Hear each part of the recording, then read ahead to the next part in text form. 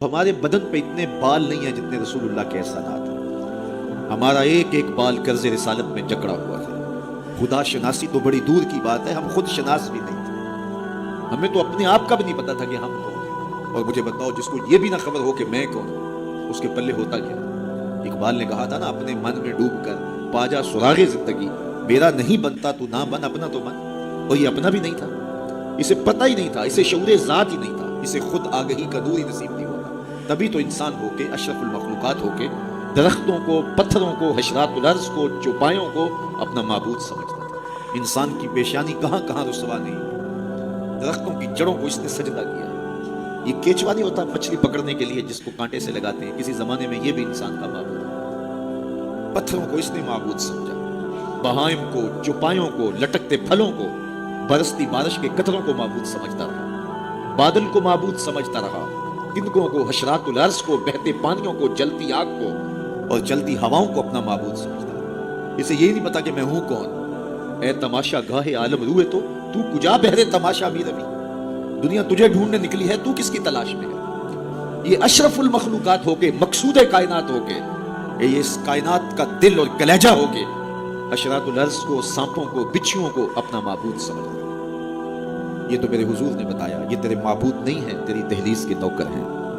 ان درختوں کو پوچھتا ہے، یہ تو تجھے چھاؤں فراہم کرنے کے لیے، آکسیجن دینے کے لیے، تیرے ایندھن کے کام آنے کے لیے، تیرے ذوق نظر کی تسکین کے لیے، تجھے پھل فراہم کرنے کے لیے پیدا کیے گئے۔ ان جانوروں کو پوچھتا ہے، یہ تو تیری سواری کے لیے، بار برداری کے لیے، تجھے دودھ اور گوشت کی ضروریات فراہم کرنے کے لیے پیدا کیے گئے۔ یہ چاند، سورج، ستارے، اجرام فلکیہ، یہ تیرے معبود کیسے ہو سکتے ہیں؟ یہ تو تیری راہوں میں روشنی اجالنے کے لیے پیدا کیے گئے۔ نہیں تو دیکھ، یہ انگلی اٹھتی ہے اور چاند ٹکڑے ہو کے قدموں میں آتا ہے، سورج پلٹ کے اثر کے وقت پہ آتا ہے، اور سڑیاں کھجوراں اگا جاندہ ہے، وہ پتھراں نو گل میں پڑا جاندہ ہے، قطرے کو سمندر، ذرے کو ستارہ کرتے ہیں، کونین کو خم آ جاتا ہے جب زلف سوارا کرتے ہیں۔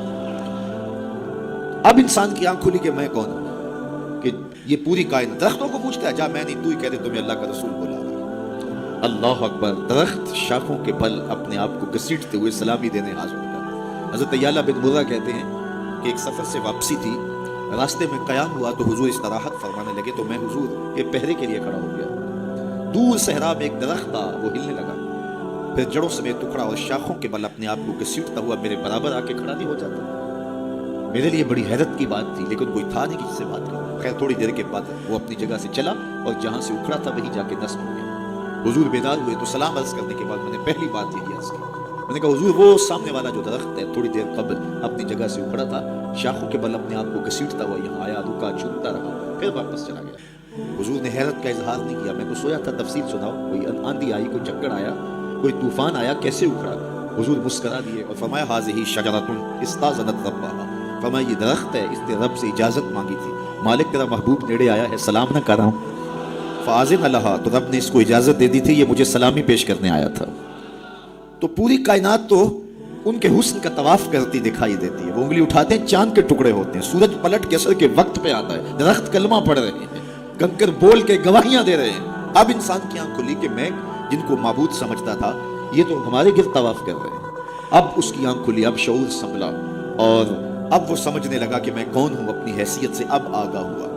اللہ اکبر! بے خبر تو جوہر آئینہ ایام ہے، تو زمانے میں خدا کا آخری پیغام۔ اسے اب اپنی ذات کا شعور ہونے لگا۔ خود سے ملاقات تب ہوئی جب حضور تشریف لائے۔ تو راز کن فقاں ہے، اپنی آنکھوں پر آیا ہو جا، خود ہی کا رازداں ہو جا، خدا کا ترجمہ ہو جا، خود ہی میں ڈوب جا غافل، یہ سر زندگانی ہے، نکل کر حلقہ شام و سحر سے جاویداں ہو جا، مسافے زندگی میں سیرت فولاد پیدا کر، شبستان محبت میں حریر و پر نیا ہو جا، گزر جا بن کے سیلے تند رو کو ہو بیاباں سے، گلستان راہ میں آئے تو جوئے نغمہ خواہ ہو جا۔ تیرے علم و محبت کی نہیں ہے انتہا کوئی، نہیں ہے تجھ سے بڑھ کر ساز فطرت میں نوا کوئی۔ اسے اب پتہ چلا، اپنی ذاتی شناخت کیا ہوئی۔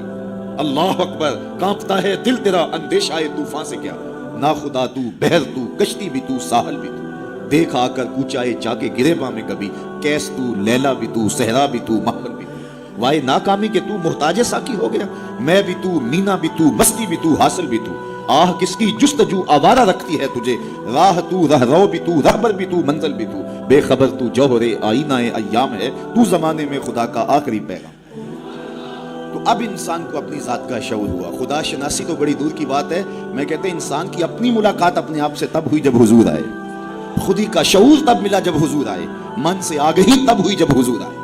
تو اگر وہ تشریف فرما نہ ہوتے، خدا شناسی تو بڑی منزل ہے، انسان خود شناس بھی نہ ہوتا، اپنے ذات سے بھی آگاہ نہ ہوتا. انسان ہو کے انسانوں کے گلے چیر رہا تھا. سکا باپ اپنی بیٹی زندہ درگور کر کے فخر کرتا تھا کہ میں نے اپنی آبرو بچائی. مائیں دنیا کی منڈیوں میں بکتی تھی، باپ کی توقیر کوئی نہیں تھی. اور یہ تو میرے حضور آئے جنہوں نے آ کے بتایا کہ بیٹی عزت کی جگہ پر ہے. آپ نے یہ حدیث بارہا سنی ہوگی، علماء کرام سے بارہا سنی ہوگی، لیکن ذرا اس کو اس پہلو میں دیکھو. جب بیٹیوں کو زندہ درگور کر کے باپ فخر کر رہا تھا، اس زمانے میں میرے حضور نے کہا میری بیٹی میرے جگر کا ٹکڑا ہے. یہ صرف کلمہ تحسین ہی نہیں ہے، یہ کلمہ جہاد ہے. اس دور میں جب بیٹیوں کو زندہ درگور کر کے باپ فخر کر رہا. آج تو ہر شخص اپنی بیٹی کو قرار جان سمجھتا ہے، بیٹی کو آنکھوں کا نور سمجھتا ہے، نور نظر سمجھتا ہے. بیٹی کے جہیز کے لیے باپ اپنی ساری زندگی لگا دیتا ہے، پردیس کاٹ دیتا ہے. جوان بھائی فیکٹری میں اوور ٹائم لگاتا ہے، میں بہن کے ہاتھ بھی لگا. تو آج اگر بیٹی کے بارے میں کوئی محبت بھرے جملے کہے جائیں تو بڑی بات نہیں ہے. جب باپ زندہ درگور کر کے فخر کرتا تھا، معاشرے سے اسے داد ملتی تھی کہ تم نے بیٹی کو زندہ درگور کیا ہے. اس زمانے میں میرے حضور نے کہا کہ میری بیٹی میرے جگر کا ٹکڑا. اللہ اکبر، کیسی تبدیلی آئی. ایک موقع آیا، فرمایا کہ جو دو بیٹیاں یا دو بہنیں ان کی اچھی تربیت کرے اور ان کو پروان چڑھائے اور ان کی اللہ کی رضا کے لیے شادی کرے، تو قیامت کے دن وہ میرے ساتھ اس طرح قریب ہوگا جس طرح یہ دو انگلیاں قریب. تو مجلس میں موجود ایک صاحب اٹھے، کہا حضور اگر کسی کی دو بیٹیاں نہ ہوں تو ذرا اس کے پیچھے جھانکنے کی کوشش کیجئے. کہاں بیٹیاں زندہ درگور ہوتی تھیں اور کہاں ایک بیٹی والا سوچ رہا ہے کاش کہ میری بھی دو بیٹیاں ہوتی اور میں یہ احساس پاتا. تو یہ معاشرے کو ایک رنگ دیا، معاشرے کو ایک آہنگ دیا. خدا شناسی بھی دی، خود شناسی بھی دی. انسانی حقوق جو پامال ہو رہے تھے ان کو بحال بھی کیا. انسان اپنی عزت برباد کر رہا تھا، اجرام فلکی اور مظاہر فطرت کے سامنے ان کے چرنوں میں جھک کر کے اس کو اس کی خودی کا سبق دیا کہ تو کون ہے اور کہاں کھڑا ہے. ایک شخص ایمان لانے کے بعد حضور کی خدمت میں حاضر ہوا، عرض کرتا ہے جاہلیت کے زمانے کی دو باتیں ہیں، ایک یاد آتی ہے تو ہنسی نہیں رکتی اور ایک بات یاد آتی ہے تو آنسو نہیں تھمتے. کہا وہ کون سی دو باتیں ہیں؟ کہا وہ بات جو یاد آئے تو ہنسی نہیں رکتی وہ یہ ہے کہ میں ایک لمبے سفر پہ گامزن تھا. میں نے سفری معبود پتھر کا بنا ہوا ایک بت بھی اپنے سامان میں باندھ لیا کہ راستے میں پوجا پاٹ بھی چلتی رہے. لیکن جب سامان اٹھایا تو سامان بہت بوجھل تھا. میں نے سوچا کہ یہ تو میں اپنے ہی معبود کے بوجھ تلے دب کے رہ جاؤں گا. تو میں نے اس کو نکال دیا اور آٹا یا ستو گوندھ کر کے میں نے ایک چھوٹا سا معبود تیار کیا اور اس کو دھوپ میں رکھ کے خشک بھی کر لیا کہ مزید ہلکا ہوگا اور اس کو اپنے سامان میں اپنے ساتھ رکھ لیا. پوجا پاٹ بھی چلتی رہی. خیر جو میرا اندازہ سفر تھا تو شاید سفر بھی میں نے اس کے مطابق لیا تھا، لیکن سفر کوئی 2-4 دن اوپر چلا گیا تو شاید سفر ختم ہو گیا. ایک آدھ دن تو میں نے بھوک کاٹی، لیکن جب انتڑیوں میں بل پڑنے لگے اور مجھ سے گوارا نہ ہوا تو میں نے تھیلے سے اپنے اس معبود کو نکالا جو آٹے کا بنا ہوا تھا، اس کو پتھر پہ رکھ کے گھونٹا، پھر اس میں پانی ڈالا، پھر اس کو گوندا، پھر روٹی پکائی اور پھر کہا میرے معبود اب کام نہیں آئے گا تو کب آئے گا؟ اب تو میری انتڑیوں میں بل پڑ رہے ہیں. مجھے جاہلیت کے زمانے کی وہ یاد آتی ہے تو مجھے اس بت کی بے بسی پہ ہنسی آتی ہے. کیسا بے بس معبود تھا جو اپنے پجاری کو اتنا بھی گزارش نہیں کر سکتا تھا مجھے پوچھنے والے میرے پہ اتنا تو ترس کھا، اب مجھے دانتوں تلے چبا کے تاریخ میدے میں پھینکے گا، پھر گندگی کے ڈھیر پہ ڈال آئے گا. آخر میں تیرا معبود رہا ہوں، میرے پر یہ قیامت تو نہ توڑ. تو ایک تو وہ یاد آتی ہے بات تو میری ہنسی نہیں رکتی، اور جو دوسری بات مجھے یاد آتی ہے تو میرے آنسو نہیں تھمتے، اور وہ یہ ہے کہ میری بیوی امید سے تھی اور میں لمبے سفر پہ گیا. کئی سالوں کے بعد واپس پلٹا تو میرے آنگن میں بیٹی کھیل رہی تھی. میری بیوی نے اس ڈر سے کہ کہیں بیٹی کو دیکھ کر کے زندہ درگور نہ کر دے اس کے توتلے لہجے میں میرے لیے محبت ڈال دی تھی، اور وہ مجھے یا آبتا ہو گیا کہ مخاطبہ کرتی ہے اور میری ٹانگوں سے چمٹ جاتی. میں صفات تھا اندر سے اور مجھے بڑا غصہ آیا. میں نے اپنی بیوی کو گھورا کہ ایک تو نے سانپ کو جنم دیا ہے اور دوسرا نخرے کرتی ہے، اس کو باتیں سکھائی ہیں اور موقع کی تاب میں آئی. لیکن اس بیٹی کے سینے میں میرے لیے اس کی ماں نے اتنا پیار ڈال دیا تھا. بیٹیاں تو ویسے بھی باپ سے ٹوٹ کے پیار کرتی ہیں، بیٹیوں کی محبت تو مثالی ہوتی ہے. پھر ماں نے محنت کی تھی کہ اس کا باپ کوئی انتہائی قدم نہ اٹھائے، تو اس کے لیے اس کے باپ کے لیے بے پناہ محبت نے ڈال دی تھی. کہتے ایک دن میں نے موقع پایا اور اس بیٹی کو اٹھایا اور صحرا میں لے گیا. میرا خیال یہ تھا اس سے آج جان چھڑا لوں، اور گڑا کھودنے لگا. کڑکتی دھوپ تھی، میرے بدن پہ پسینہ نمودار ہوتا تھا. وہ آگے بڑھتی اور اپنے دوپٹے سے میرے ماتھے کا پسینہ پوچھتی، لیکن میرا دل پھر بھی نرم نہ ہوا. خیر جب میں نے گڑا کھود لیا تو باہر نکلا تو میری بیٹی نے سکھ کا سانس لیا کہ میرے باپ کی مشقت ختم ہوئی. لیکن وہ نہیں جانتی تھی کہ اگلی مشقت کس کے شروع میں. میں باہر نکلا, اس کو زور سے اس گڑے میں دھکا دے کے اوپر سے مٹی انٹھیلنے لگا. وہ ننھے ننھے ہاتھ جوڑتی رہی, چیختی رہی اور مجھ سے گزارشیں کرتی رہی کہ یہ کیا کر رہے ہو, لیکن میں اوپر مٹی انٹھیلتا رہا اور اس کی چیخیں اس ریت تلے دب گئیں. آج جب اسلام لایا ہوں تو اس کی چیخیں مجھے سننے نہیں دیتی. عرب کے ریگزاروں میں دبی ہوئی معصوم بچیوں کے سسکتے آنسو اور اس کی روتی آنکھیں کس کو پکار رہی تھی. بیواؤں کی چیخیں فریاد کر کر کے کس کی منتظر تھی. یتیم کس کو ڈھونڈ رہے تھے, کس کے منتظر تھے. زمانہ آنکھیں فرش بچھائے ہوئے کس کا انتظار کر رہا تھا. وہ جس کے نام پر داؤد نے نغمہ سرائی کی, وہ جس کے ذکر پر شاہ سلیمان نے گدائی کی. دل یحییٰ میں رہ گئے ارمان جس کی زیادت کے, لب عیسیٰ پہ آئے باز جس کی شان رحمت کے, جو بن کے روشنی پھر دیدہ یعقوب میں آیا, جسے یوسف نے اپنے حسن کی نئے رنگ میں پایا.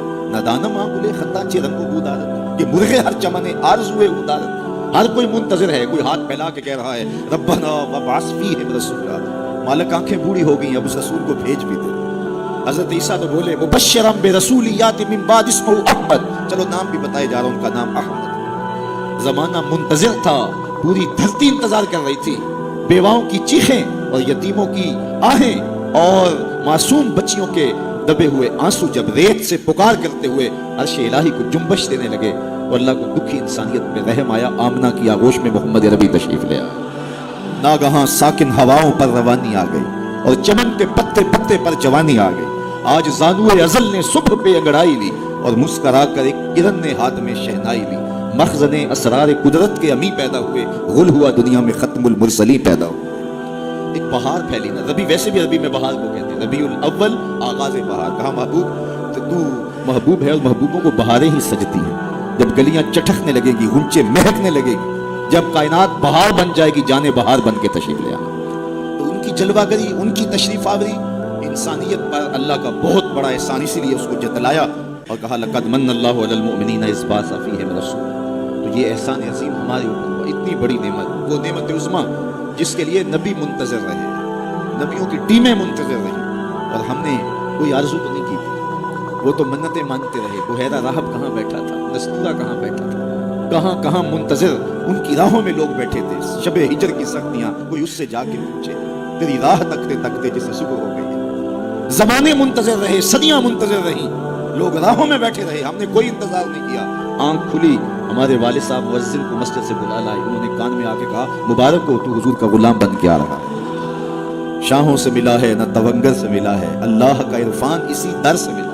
اوروں کو ملا ہے تو مقدر سے ملا ہے, مجھ کو تو مقدر بھی تیرے در سے ملا ہے. یہ ہماری خوش بختی, ہماری فیروز بختی کہ ہمیں وہ محبوب نصیب ہوئے جس کے لیے زمانے تڑپتے رہے, ترستے رہے, منتظر رہے, آنکھیں بچھی رہی, تمنائیں بیتاب رہی, آرزویں مچلتی رہی, لیکن وہ جانے بہار بن کے تشریف لے آئے. اب جب حضور تشریف لائے ہیں, پھر صحابہ نے تو حد کر دی, اپنا سب کچھ ان کے نام پہ لٹا دیا. کہا آپ کے دین کا جھنڈا لے کے اٹھیں گے اور دنیا کے آخری کنارے تک پہنچیں گے. پھر تابعین نے وہ جھنڈا تھاما, تبا تابعین نے وہ جھنڈا تھاما. اس شخص کی کہانی ہم نہیں بھول سکتے جو گھوڑے پہ بیٹھ کے اللہ کے نام کی دعوت دیتے ہوئے آگے بڑھا, آگے دلدل آ گئی, زمین ختم ہو گئی. وہ گھوڑے کی باگیں کھینچ لیتا ہے, کہتا ہے مالک میرے جذبے تو جوان تھے, تیری زمین ہی ختم ہو گئی.